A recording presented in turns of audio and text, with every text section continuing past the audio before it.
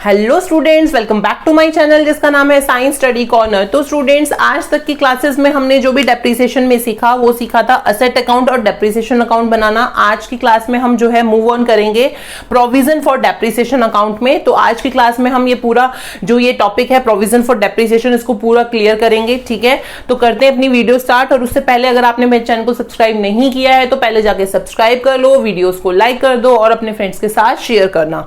ठीक है, तो करते हैं स्टार्ट। तो स्टूडेंट्स, जब डेप्रिसिएशन हम चार्ज करते हैं, हमने सीख रखा है कि डेप्रिसिएशन क्या होता है, डेप्रिसिएशन के कौन कौन से मेथड है, written down value method, straight line method. तो हमने ये सारी चीजें सीख रही हैं।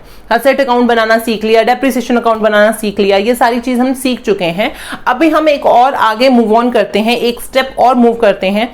ठीक है, तो सबसे पहले हम देखते हैं कि जो हम डेप्रिसिएशन जो है उसको चार्ज करते हैं या फिर रिकॉर्ड करते हैं। ठीक है, तो हम जो डेप्रिसिएशन को रिकॉर्ड करते हैं उसके पास हमारे जो है टू मेथड्स हैं।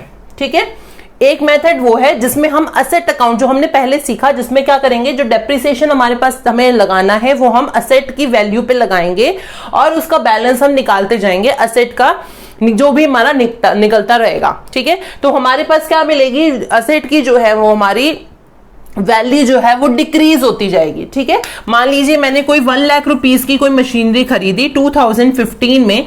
ठीक है, तो 2016 में उसके बाद डेप्रिसिएशन लगने के बाद परसेंटेज जो भी लगेगी उसकी वैल्यू कम हो जाएगी।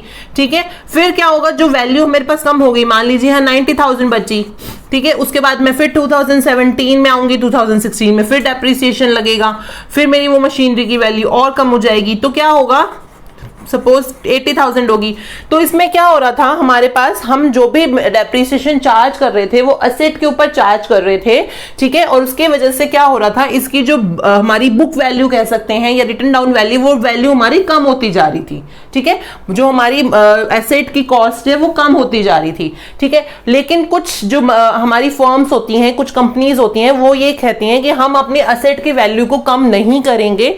ठीक है, हम क्या करेंगे, जो हमें डेप्रिसिएशन लगाना है, हम डेप्रिसिएशन के लिए एक अलग से depreciation provision for depreciation account बनाएंगे और उसमें जितना भी डेप्रिसिएशन हमें असेट पे चार्ज करना है हम उसे वहां लेके जाएंगे और वहां पे हम उसे जो है एक्यूमुलेट करके लिखेंगे। ठीक है, तो इसीलिए इसको क्या बोलते हैं, एक्यूमुलेटेड डेप्रिसिएशन अकाउंट भी बोलते हैं, क्योंकि उसमें पूरे जितने भी ईयर हमने उस मशीनरी को या उस असेट को यूज किया है उसका एक्यूमुलेट करके जो भी डेप्रिसिएशन है वो उस जो अकाउंट में हम मेंटेन करते हैं।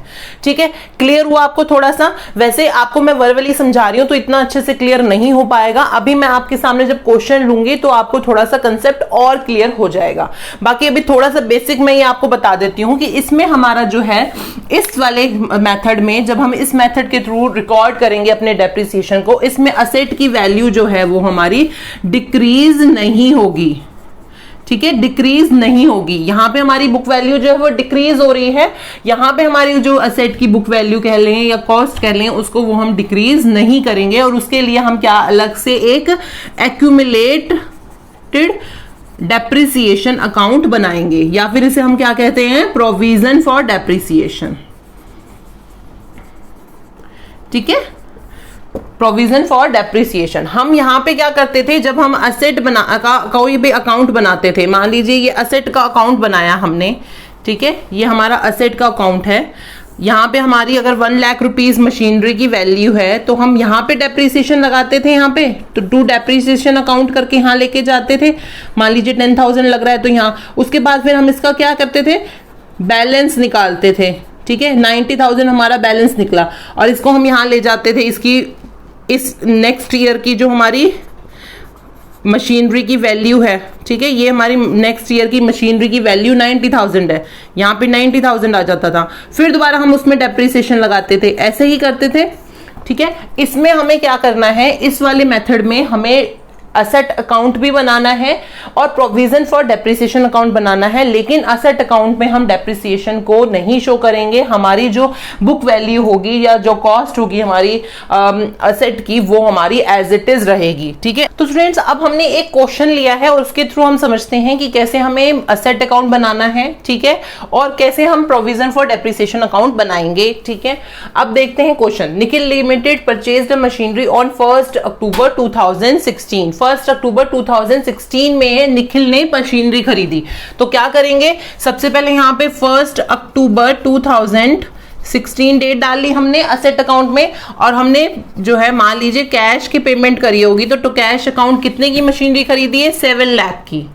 तो यहाँ पे हम 7 लाख रुपीस की जो है एंट्री कर देते हैं अपने मशीनरी अकाउंट में, हमने मशीनरी खरीदी है। उसके बाद इन्होंने बोला है कि it was decided to provide depreciation 10% depreciation हमें लगाना है, स्ट्रेट लाइन मेथड यूज करना है डेप्रिसिएशन लगाने का। The machinery was sold 5 lakh rupees on 1 जनवरी 2019। 2019 को जो है हमने मशीनरी को सेल कर दिया, कितने में, 5 लाख रुपीज में। इसमें सेल भी देखेंगे कैसे करना है, ठीक है। अब हम देखते हैं, सबसे पहले हमें यहाँ पे लिख रखा है कि मशीनरी अकाउंट बनाना है और प्रोविजन फॉर डेप्रिसिएशन अकाउंट बनाना है। तो अगर आपके पास क्वेश्चन में मेंशन है प्रोविजन फॉर डेप्रिसिएशन, तो हमें इसी मेथड से करना है रिकॉर्ड अपने डेप्रिसिएशन को, ठीक है। अब हम क्या करेंगे, हमने मशीनरी अकाउंट जो हमने मशीनरी जो हमने खरीदी वो हमने यहाँ पे एंट्री कर दी कि हमने 7 लाख रुपीस की मशीनरी खरीदी। तो हम जो करते थे पहले वाले मेथड में, हम क्या करते थे, यहाँ पे हम डेप्रिसिएशन लगाते थे, यहाँ लगाते थे हम बाय डेप्रिसिएशन अकाउंट, यही करते थे, ठीक है, जो भी हमारा अमाउंट होता था। लेकिन इसमें हमें ऐसा नहीं करना है, हमें यहाँ पे क्या करना है, पहले तो देखना है 7 लाख रुपीस का कितना परसेंट लगाना है, 10%, तो मतलब हो गया 7,000। लेकिन यहाँ पे इन्होंने मशीनरी खरीदी कब है, 1 अक्टूबर को खरीदी है। तो अक्टूबर से 31 मार्च को जब हम क्लोजिंग करेंगे, तो अक्टूबर, नवंबर, दिसंबर, जनवरी, फरवरी, मार्च, 6 मंथ्स होते हैं। तो 6 मंथ्स का डेप्रिसिएशन लगेगा कब, जब हमारा 2016 का हम जो है बनाएंगे। तो हम यहाँ पे एंट्री करते हैं, हम कहाँ जाएंगे, प्रोविजन फॉर डेप्रिसिएशन अकाउंट में, यहाँ पे हम करेंगे क्लोजिंग 31 मार्च 2016 को, ठीक है। और यहाँ पे हम लिखेंगे बाय डेप्रिसिएशन अकाउंट, कितना डेप्रिसिएशन लगेगा, तो 6 मंथ्स का लगाना है हमें, ठीक है। तो 7,000 तो हमारा पूरा है, पूरे साल का है, तो 6/12 कर लेंगे। इट मीन्स हमें कितना लगाना है, यहाँ 3,500 डेप्रिसिएशन लगाना है। अब उसके बाद क्या करेंगे, इस ईयर में हमने और कुछ नहीं करा, तो अब हम इस ईयर की क्लोजिंग करेंगे। तो सबसे पहले हम मशीनरी अकाउंट में आते हैं, तो 31 मार्च 2016 को हम इसकी क्लोजिंग करेंगे। तो हम एज इट इज इसका बैलेंस निकालेंगे, कितना बैलेंस निकलेगा, सेम वही निकलेगा हमारा balance credit down 7 lakh rupees, 7 lakh rupees, ठीक है। हमारी जो वैल्यू है, कॉस्ट है हमारी जो मशीनरी की, वो हमारी कम नहीं होगी, ठीक है। अब इस बैलेंस को हम ले जाएंगे यहां पर, ठीक है। 31 अप्रैल 2017 को क्लोजिंग है,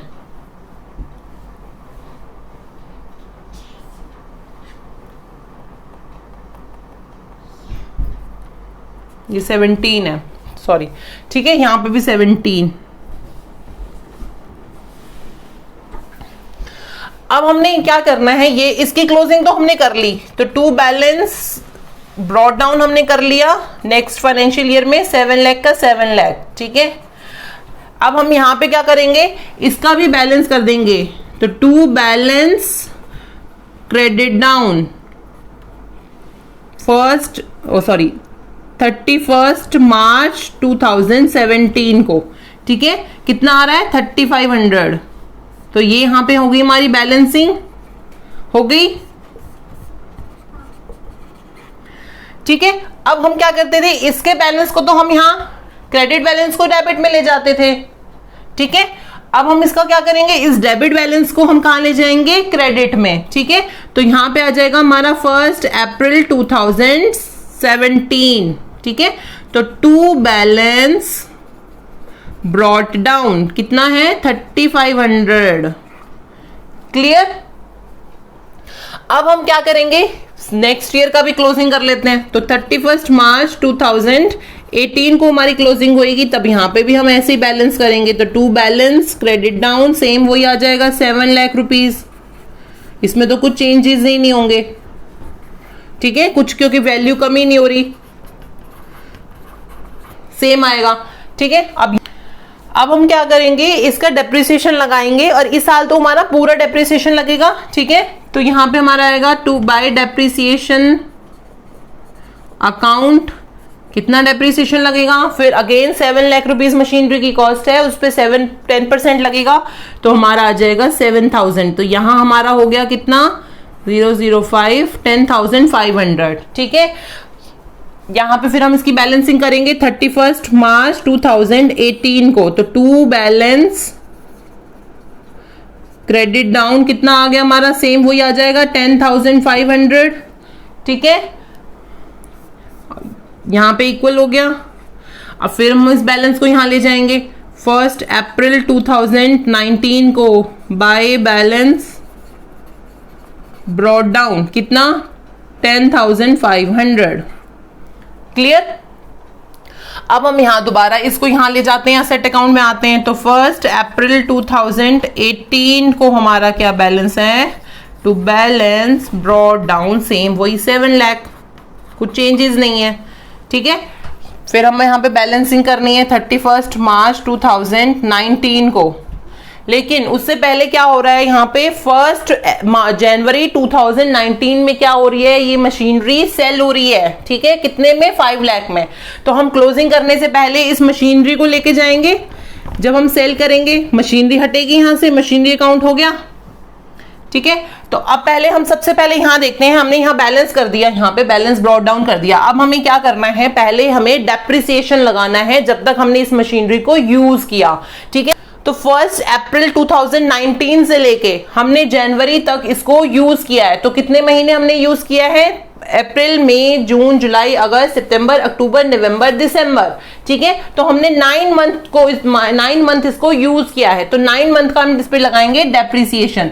तो 7000 हमारा डेप्रिसिएशन अमाउंट है पर ईयर का, और 9 मंथ के हिसाब से हम भी कितना डेप्रिसिएशन लगेगा तो ये 9 मंथ के हिसाब से कैलकुलेशन करेंगे तो ये हमारा आ जाएगा 5250। ये अमाउंट हमें डेप्रिसिएशन का यहाँ पे पहले चार्ज करना है। ठीक है, तो हमने कब चार्ज करना है, ये 1 जनवरी। तो 1 जनवरी 2019 को हमने यहाँ पे डेप्रिसिएशन लगाना है, कितना डेप्रिसिएशन अकाउंट। ठीक है, कितना डेप्रिसिएशन लगाना है हमने 5250।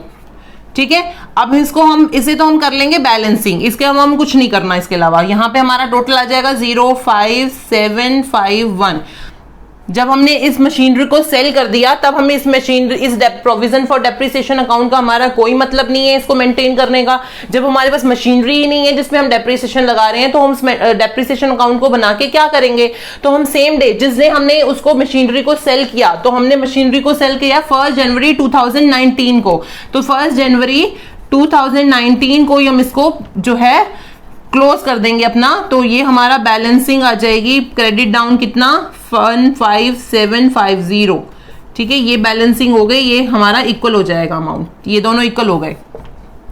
ठीक है, अब हमें क्या करना है, अभी हमें आना है असेट अकाउंट के अंदर, अपनी मशीनरी अकाउंट के अंदर। तो मशीनरी अकाउंट हम सबसे पहले कैलकुलेट करेंगे कि हमने कितना उस पर डेप्रिसिएशन लगाया है और कितने में हमने उसको सेल किया है, और हम उसे सेल करने के बाद उसे लॉस में है या फिर प्रॉफिट में है, उसको हमें असेट अकाउंट में लेके जाना है। तो सबसे पहले हम क्या करते हैं, इसका कैलकुलेशन कर लेते हैं थोड़ा।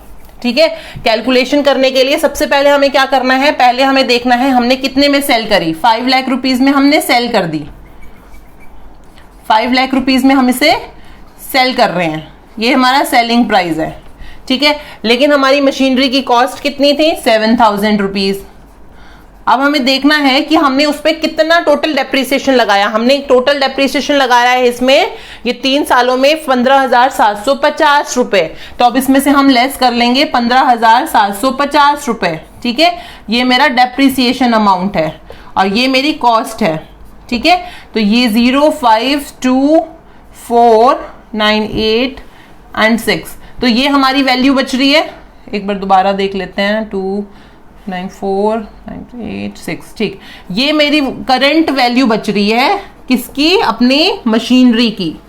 ठीक है, ये मेरी मशीनरी की करंट वैल्यू बच रही है और मैं इसे कितने में सेल कर रही हूं, 5 लाख रुपीज में। तो 5 लाख रुपीज इसमें से मैं लेस कर लूंगी तो मेरा कितना बचेगा, सेल प्राइस, ये मेरा सेल प्राइस। ठीक है, अब मेरा सेल प्राइस करने के बाद 0, 5, 2, 4, 8 एंड 1, इतने का मुझे क्या हो रहा है, लॉस।